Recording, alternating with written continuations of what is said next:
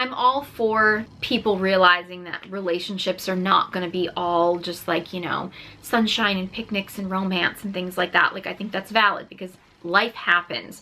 The thing is that I'm all for two people saying, okay, we're going to go through the struggles of life together versus getting into a relationship and your struggles are the other person. Like, the other person is the cause of your struggles. And those are two different things. And I think that's where we have to be a little bit careful about telling people that, like, oh, well, relationships aren't going to be all perfect. Of course they're not going to be all perfect because life is not all perfect. There has to be a limit. Like, you have to know where your deal breakers are, where your boundaries are, where the red flags are, what is important to you and what you are okay with compromising on and what you're not okay with compromising on. And it's really important to figure that stuff out within yourself and then show up in a relationship with those things in mind. Because again, we do have to accept the humanity in people. People aren't going to be perfect. Nobody is.